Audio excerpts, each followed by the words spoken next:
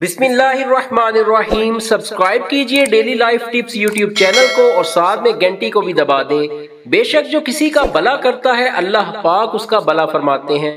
नाजरीन, आजकल बेशतर घरों का यही मसला है और बहुत सी बहनें इसकी वजह से इंतहाई परेशान भी हैं कि शोहर बीवी की कोई बात नहीं मानते। बिला वजह लड़ाई झगड़ा, शोहर का बीवी की कोई भी बात ना सुनना, हर काम में अपनी मर्जी करना, शक करना, मारपीट करना, इन तमाम मुसीबतों का आजकल बहुत सी खवातीन को सामना करना पड़ता है। बाज़ दफा तो बीवियां अपने जायज हकूक से भी महरूम रहती हैं। आजकल ऐसे मसाइल बहुत आम हैं। खवातीन अपनी और माँ बाप की इज्जत के लिए ये सब बर्दाश्त करती हैं। अक्सर ऐसा होता है कि बहुत सी गलत फहमियां पैदा हो जाती हैं और बात तलाक तक पहुंच जाती है।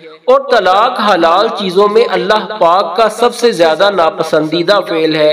ये अमल नबी करीम सल्लल्लाहु अलैहि वसल्लम को भी सख्त नापसंद है और इस्लाम बिला वजह इस चीज की इजाजत नहीं देता। आपने बस ये वजीफा पुख्ता यकीन के साथ करना है। बेशक अल्लाह ताला के पाक कलाम में बड़ी ताकत है और हर मसले का हल मौजूद है। आज का ये अमल ऐसी तमाम बहनों के लिए किसी तोहफे से कम नहीं। इसे सदका जारिया समझकर शेयर भी कर दीजिएगा।